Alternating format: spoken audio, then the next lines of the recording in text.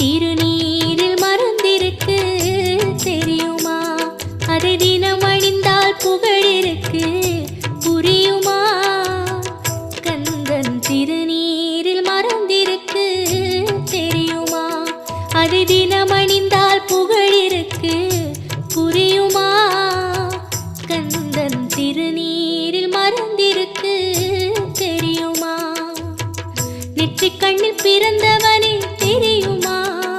அவனை சுற்றி வந்தால் பலன் இருக்கு புரியும்